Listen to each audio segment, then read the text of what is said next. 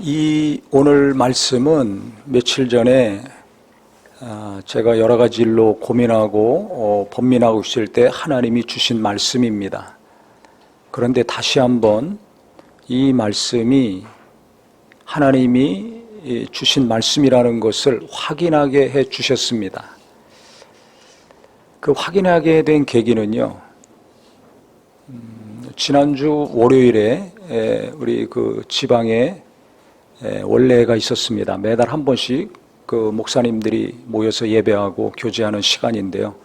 11월 달은 정기 총회로 열립니다. 그러니까 12월부터 시작이 되는 거예요. 11월로 마감이 되고, 그래서 그때 중요한 안건들이 개정이 되고 임원들과 회장단이 교체가 됩니다. 그래서 이제 그 지방에서 후원하는 선교사님이 있었는데요. 그분이 그때마다 오시더라고요. 이제 인사를 하는데요. 잠깐 짧은 시간 나와서 이제 소개하고 인사를 하는데 얼굴이 굳어져 있다가 웃는데요. 어린아이 같이 웃으시더라고요. 그래서 제가 깜짝 놀랐습니다. 그분을 우리 교회에서 몇 년 동안 후원했거든요. 또 은퇴할 때 또 격려금도 보내드리고 했는데 그때 처음 이제 본 거죠. 끝나고 이제 예배 끝나고 식사를 하는데 친한 분들이 없으니까 선교사님이니까 혼자 제일 끝에서 식사를 하고 계시더라고요. 그래서 제가 밥 먹다 말고 밥상을 들고 글로 갔습니다. 가가지고 이제 그분하고 교제를 했는데요. 그 식사하면서 짧은 시간 교제인데 제가 큰 충격을 받고 또 은혜를 받았어요. 충격과 은혜를 동시에 받았습니다. 이 충격은 뭐냐면 선교사를 만나면 어떻게 선교하시게 됐습니까? 언제 나갔습니까? 이걸 묻습니다. 저도 물었죠. 72세인데요 지금. 언제 나가셨습니까? 그랬더니 58세에 나갔다는 거예요. 어떻게 나가시게 됐습니까? 그랬더니 자기 아들 때문에 나가게 됐다는 거예요. 그게 무슨 소리입니까? 자기 아들이 27살 때 죽었다는 거예요. 아들이 죽었기 때문에 그 죽음 때문에 내가 선교사로 나가게 됐습니다. 충격이죠. 공무원으로 일하다가 퇴직하고서 이제 목회 사명을 받아가지고 본인이 섬기던 교회에서 부교육자로 일을 했답니다. 근데 그때 아들이 필리핀 선교를 가는데 그 영어를 가르치고 선교단 훈련시키고 했던 그 사람들이 있었는데 그게 그 지역에 있는 그 외국인 학교 선생님들이었대요. 그래서 같이 봉사하고 일을 했으니까 끝난 다음에 이제 그 수영을 하러 갔답니다. 그 교사들하고. 이 아들이 27살 때. 근데 거기서 수영하다가 갑자기 죽은 거예요. 근데 그 아들이 선교사의 소명을 받았었답니다. 그래서 자기가 이제 선교의 사명을 가지고 선교하러 나가려고 하고 있었는데 죽은 거예요. 갑자기 수영하다가. 그러니까 이 딸 하나 아들 하나 있었는데 하나밖에 없는 아들이 갔으니 얼마나 큰 충격입니까? 건강을 잃으면 조금 잃는 것이요. 명예를 잃어도 조금 잃는 것입니다. 가족을 잃으면 그 가족도 부모나 형제, 자매가 아니라 자식. 그 얼마나 사랑하고 귀한 아들입니까? 그 자식을 잃었을 때 그 슬픔은 이루 말할 수가 없겠죠. 태중에서 자식과 이별하는 부모들이 있습니다. 눈으로 보지도 못하고 이별하는 경우가 있습니다. 또 어렸을 때 이별하는 경우가 있습니다. 근데 다 커가지고 27이 됐는데 앞길이 창창한데 잃었을 때 그 충격도 너무나 크겠죠. 그런데 그 아들을 하나님께 보내고 나서 하나님이 주신 감동이 뭐냐면 내 아들이 하려고 했던 그 선교사의 삶을 내가 살아야 되겠구나. 이런 마음을 하나님이 주셨다는 거예요. 그래서 자기가 선교사로 가게 됐다는 겁니다. 그것도 퇴직하고 편안하고 안정적으로 살려고 할 그 나이에 58세 아프리카로 간 거예요. 그래서 짐바브웨에서 선교 사역을 한 겁니다. 그러다 지금 은퇴하고 지금 인도네시아 얼마나 덥습니까? 거기서 사역하고 있는데요. 그 짧은 시간 대화하는데 얼굴이 너무 맑은 거예요. 저는 충격 가운데 있는데, 놀람 가운데 있는데 이분이 얼굴이 너무 맑아요. 웃을 때는 진짜 어린아이 같아요. 그래서 제가 짧은 시간이지만 대화하면서 이분의 마음이 평안하구나. 첫 번째. 두 번째는 행복하구나. 만족이 있구나. 이 세 가지가 느껴졌습니다. 그래서 제가 질문했죠. 지금 더운 나라에서 언어를 다시 배우고 해야 되는데 힘드시죠? 그랬더니 웃으면서 힘들다고 하면서 제가 행복하시죠? 그랬더니 그렇다는 거예요. 사역이 잘 되시는가 봐요? 아니 그 연세에 가가지고 지금 2, 3년밖에 안 됐는데 언어를 어떻게 익숙하게 배우고 말하겠습니까? 불편함이 많겠죠. 또 더운 나라니까 얼마나 힘듭니까? 우리 한여름에 더웠잖아요. 그거보다 더 덥거든요. 얼마나 힘들어요. 근데도 만족이 있어요. 기쁨이 있어요. 현지 목회자, 연약한 목회자들 도우면서 멘토링하고 있다는 거예요. 직접 사역은 하지 않고 연약한 목회자들을 돕는 사역을 하는 거죠. 후원하면서. 보람이 있는 거예요. 만족이 있는 거예요. 그래서 얼굴이 너무 해맑고 웃는데 순진한 어린아이가 웃는 웃음을 계속 제가 봤습니다. 그러면서 하나님이 주신 이 본문의 말씀이 또 생각이 났습니다. 다시 한번 보세요. 7절에 너희 염려를 다 주께 맡기라. 이는 그가 너희를 돌보심이라.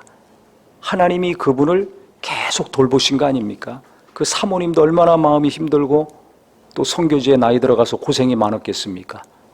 부부가 한 마음이 돼야 갈 수 있는 거 아닙니까? 그 슬픔을 이겨내야지 사역을 할 수 있잖아요. 하나님이 돌봐주신 거죠. 근신하라 깨어라.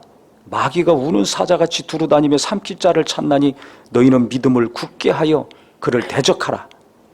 마귀가 얼마나 유혹하겠습니까?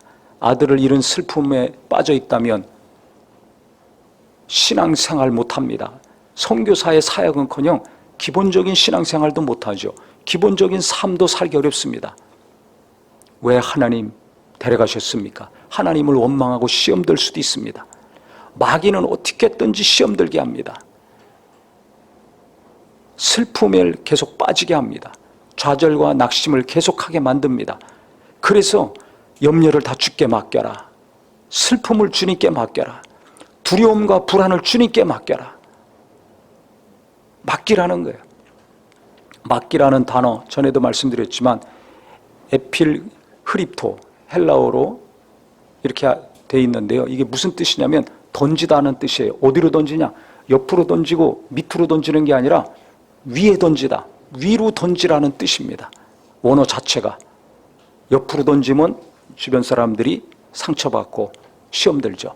밑으로 던지면 아랫사람들, 자녀들이 상처받고 분노합니다. 그러니까 옆으로 던지는 게 아니라 밑으로 던지는 게 아니라 위로 던지라는 거예요. 우리는 시도 때도 없이 불안하고 염려하고 고통스러운 마음이 있습니다.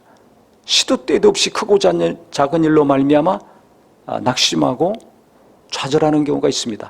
그 모든 것들 하나님께 던지라는 거예요. 염려라는 이 헬라어 원어의 뜻은 나누어지다라는 뜻입니다. 하나가 되면 평안하잖아요. 둘이 되면 갈등이 생겨요.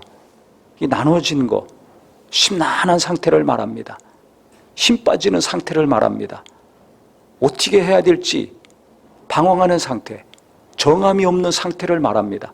이게 지금 내 마음, 내 현실 아닙니까? 이거 하나님께 던지라는 거예요. 하나님께 던지라는 거예요. 왜? 하나님은 전능하시고 다 잘 아실 뿐만 아니라 우리의 목자이시기 때문에 우리를 사랑하시고 돌보시는 분이기 때문에 그 하나님께 맡기라는 겁니다. 이것이 내게 하시는 주님의 음성, 내 앞날과 내 가족과 우리 교회와 이 나라에 하시는 하나님의 음성으로 듣기를 주님의 이름으로 축원합니다. 돌봐주신다는 거예요. 돌보다는 원어의 뜻의 의미는 뭐냐? 이게 관심이 있다는 겁니다. 중요하게 보고 있다는 것입니다. 우리가 이 세상에 많은 사람들이 있습니다. 항상 우리가 관심을 갖는 사람이 있어요. 그게 누굽니까? 잘 생각해 보세요. 내 가족입니다. 그 중에서도 누굽니까? 결혼한 사람들은, 자녀가 있는 분들은 자기 자녀입니다. 자녀가 없는 분은 자기 배우자일 것이고, 결혼 안 한 사람들은 자기 부모, 형제입니다.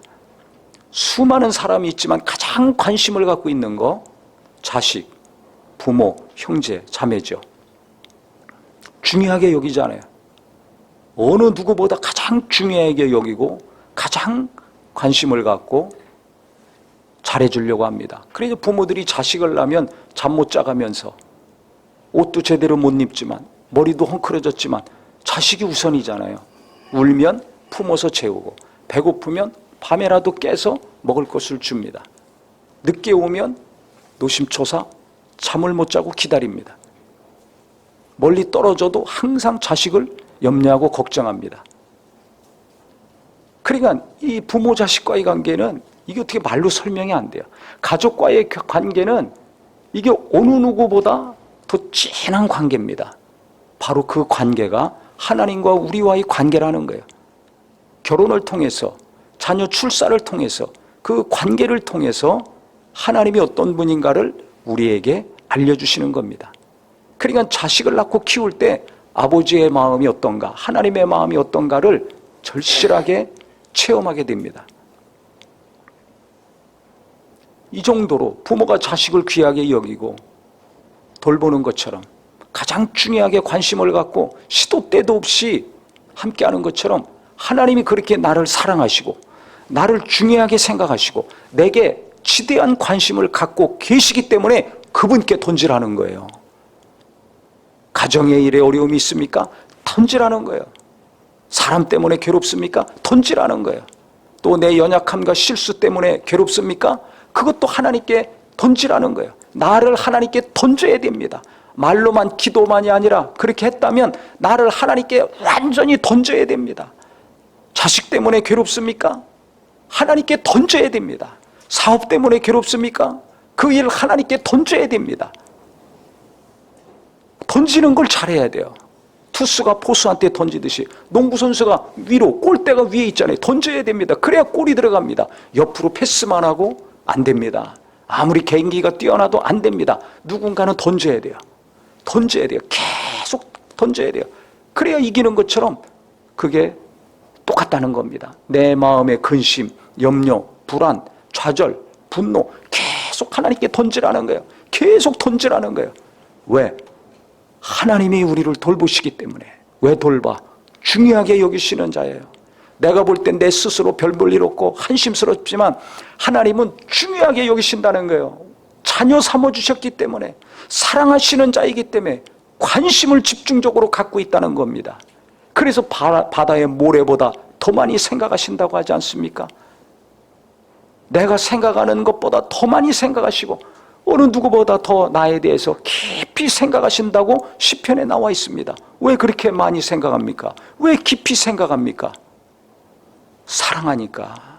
핵심은 하나님이 나를 사랑하신다는 거예요. 나만 내 자식을 사랑하고 부모를 사랑하고 형제 자매들을 사랑하는 것이 아니라 그보다 더 헤아릴 수 없을 만큼 하나님이 나를 사랑하신다는 겁니다.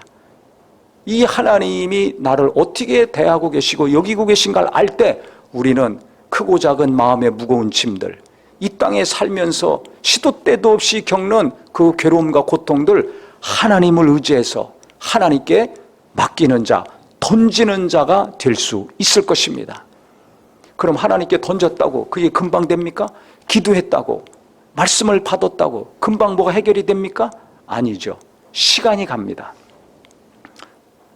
그래서 중요한 말씀이 있습니다. 로마서 5장 3절 4절에 환난은 인내를, 인내는 연단을, 연단은 소망을 이루는 줄 알미라 그랬어요. 환난이 닥쳤어요. 어려움이 닥쳤어요.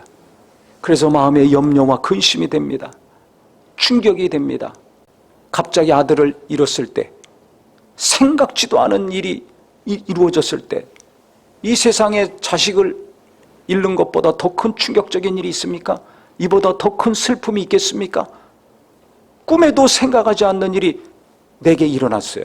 그 충격과 슬픔, 하루아침에 되지 않습니다. 시간이 가고 또 가고 가면서 하나님이 어떻게 하셨는가? 10절에 보세요. 모든 은혜의 하나님 곧 그리스도 안에서 너희를 부르사 자기의 영원한 영광에 들어가게 하시니가, 즉 예수 안에서 용서해 주시고 깨끗게 하시고 자녀 삼아 주시고 천국에 가서 함께 하실 그 하나님께서 이 땅에 살면서 잠깐 고난을 당한 너희를 친히 온전하게 하시며 굳건하게 하시며 강하게 하시며 터를 견고하게 하시리라. 이걸 베드로가 체험한 거예요. 그렇게 성질이 급하고 다혈질이라서 내가 고난받고 사후에 다시 살아날 것이다. 주여 죽으시면 안 됩니다. 그리하지 마옵소서. 사탄 안에 들어 물러가라. 얼마나 무서운 말을 들었습니까? 감정적으로 인간적으로는 시험 100% 들 이야기지만 영적으로 보면 100% 맞는 이야기 아닙니까? 내가 주님을 사랑해서 한 얘기지만 그건 맞는 말이 아니었습니다. 항상 무슨 일이 있을 때마다 제일 먼저 나선 사람이 베드로였습니다. 그러니 그 성품, 그 혈기, 그 부족한 믿음, 연약함, 주님이 가만두시겠어요? 귀하게 쓰시려면 다듬으셔야 됩니다. 연단의 기간이 필요합니다. 그래서 그가 주님을 3번씩이나 부인했잖아요. 하지만 주님께서 조반을 차려주시고 성령을 부어주시고 귀한 일꾼으로 쓰셨습니다. 시간이 계속 지났을 때 그가 깨달은 것은 어떤 어려움이 갑자기 닥친다 할지라도 하나님은 나를 사랑하시고 포기하지 않고 돌보시고 온전케 해주신다. 근데 그 가운데 내가 온전해질 때까지 마귀는 쉬지 않고 공격한다. 이걸 베드로가 알고 있는 거예요. 얼마나 역사했는지. 우리도 그렇지 않습니까? 무슨 일이 닥치면 원망이 나오고 불평이 나오고 화가 나오고 막 하나님 섭섭하고 왜 나를 안 도와주셔? 내가 기도했는데 왜 응답이 없어? 왜 나는 형통하지 않아? 하나님께 시험 들든지 사람과의 관계에서 시험 들지 않습니까? 마귀는 시험 들게 합니다. 그래서 예수님이 시험에 들지 않게 깨어있어 기도하라고 제자들에게 말씀하셨습니다. 아무리 기도하고 아무리 능력이 있고 아무리 하루 종일 하나님 일을 하다 할지라도 어느 순간에 시험 들 수 있어요. 어느 순간에 마귀가 주는 생각에 빠져가지고 주님과 멀어질 수도 있습니다. 그렇게 사랑하고 기쁘고 함께 했는데 원수가 될 수가 있습니다. 마귀가 역사하는 거예요. 그러니까 염려하지 말고 하나님께 맡겨라. 하나님은 우리를 돌보신다 하면서 마귀 얘기를 한 겁니다. 자기도 겪어봤거든요. 우리도 겪고 있지 않습니까? 그래서 마귀는 대적해라. 사람이 문제가 아니라 그렇게 이간질하고 시험 들게 하는 마귀가 문제다. 그를 대적해야 된다. 그래서 깨어서 하나님 앞에 정신 차리고 있어야 된다. 근신하며 깨어라. 정신 차리고 있으라는 거예요. 원수가 어떻게 역사하는지 정신 차리고 있어라. 사람만 보지 말고 눈에 보이는 것만 쳐다보지 말고 그 배경의 원수가 어떻게 일하는지 그거 알고서 마귀를 대적해야 된다. 마귀를 미워해야 된다. 이걸 강조하고 있습니다. 그래서 이 땅에서 하나님이 돌보시는 때가 언젠지는 반드시 오는데 내가 맡기고 기도한 응답이 언젠가는 오는데 그때가 되면 무엇을 깨닫느냐? 이 고난을 통해서 하나님은 나를 온전케 하셨다는 것을 깨닫게 된다는 겁니다. 그래서 신의 성품에 대해서 베드로가 1장에 말하고 있는 겁니다. 신의 성품에 참여하는 자가 되어야 된다. 그렇게 울고락불고락하고 3번씩이나 부인하고 네가 크냐 내가 크냐 서로 시기하고 질투하고 싸웠던 사람이었는데 나중에 연단받고 많은 시련과 고난 가운데 그가 온전케 되었을 때 하나님의 성품을 우리가 닮아야 된다고 하는 그 높은 수준에게까지 올라간 사도가 됐습니다. 견고해졌고 굳세졌고 강해졌습니다. 뭐가?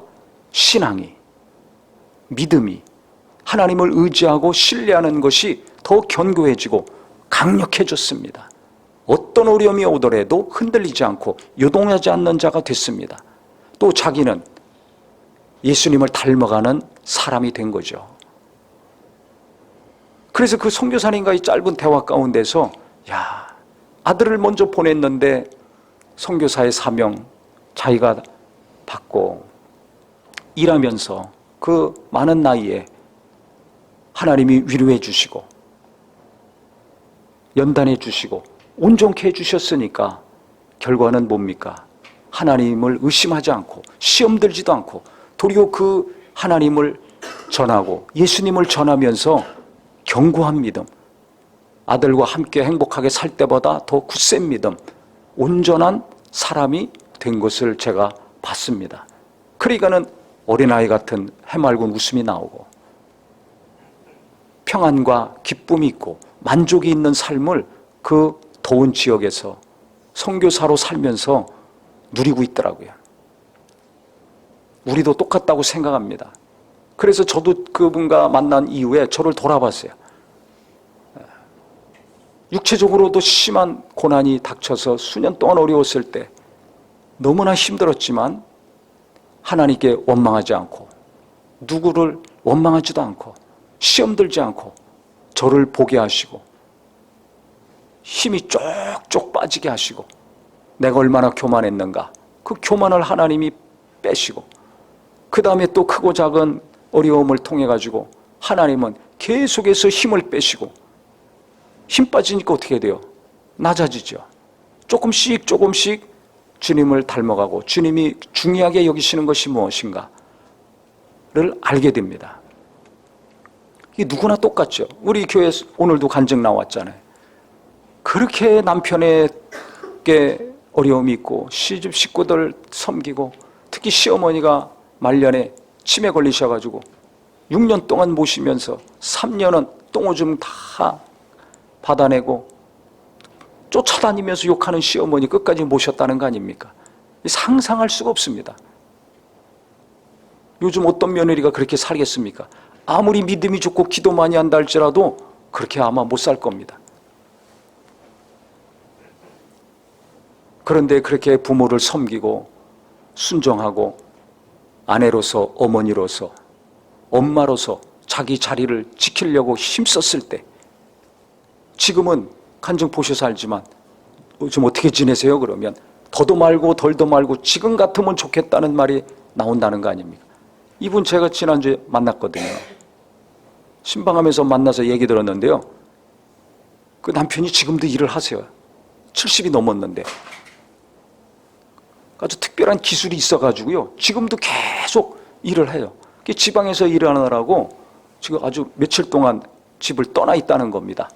그래서 제가 그 남편이 멀리 떠나 있으니까 좋으시죠 그랬더니 기쁨을 이기지 못해가지고 너무 좋다는 거예요. 예? 너무 좋다는 거예요.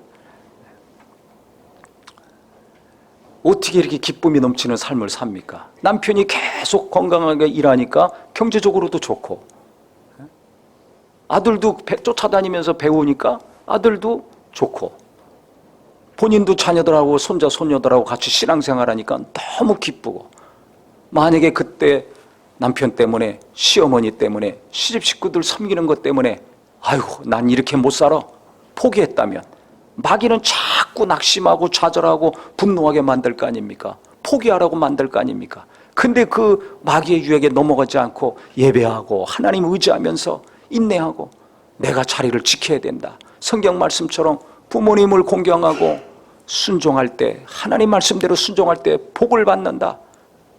하나님 의지했을 때 결국 고난은 잠깐이요.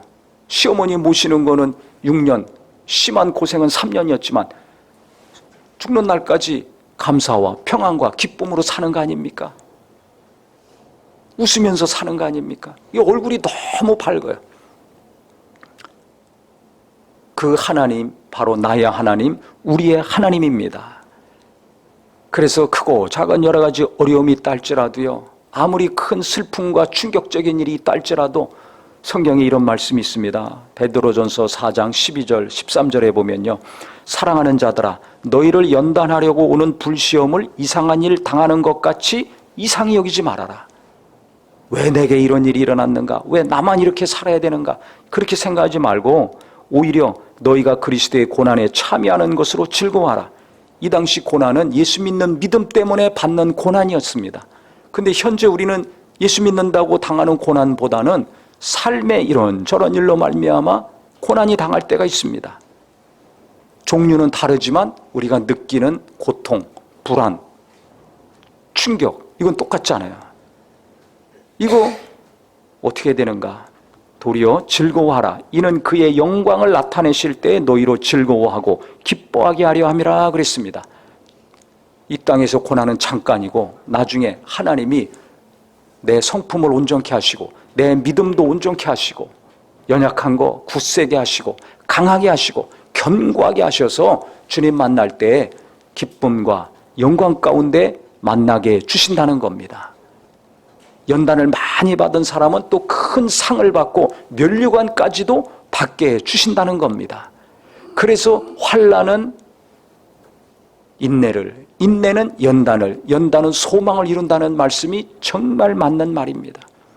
많은 어려움이 있지만 포기하지 않고 시험 들지 않고 예배하며 끝까지 찬송하며 기도하며 성도들과 함께하며 인내했을 때 결국 내가 온전케 됩니다. 내내 있는 교만, 불순종, 부족한 거, 그렇게 반복적으로 실수하고 누군가에게 상처를 주고 시험 들게 했던 거, 이게 하나 둘씩 없어집니다. 안 좋은 건 연단 가운데 계속 빠져나가고 어떻게 되겠어요? 그러면 빛나는 사람이 되는 겁니다. 연단 받은 만큼, 고난을 겪은 만큼 나는 주님을 닮아가는 사람이 되는 겁니다. 그래서 우리 모두가 점도 흠도 없이 이 땅에 살면서 계속 크고 작은 고난이 괴롭지만 주님 가운데 계속 맡기고 나도 맡기고 의지하여서 나를 돌보시는 하나님, 어떻게 돌봐주셔?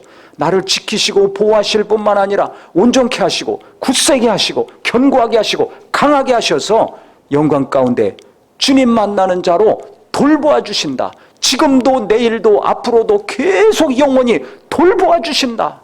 나만이 아니라 내 가족도 돌보시고 내가 하는 일도 돌보시고 교회도 돌보아 주시고 이 나라 이 민족도 하나님이 돌보아 주셔서 온전케 하시고 굳세게 하시고 견고하게 하신다는 것이 저와 우리 모두에게 위로요 소망이 되기를 주님의 이름으로 축원합니다. 기도하겠습니다.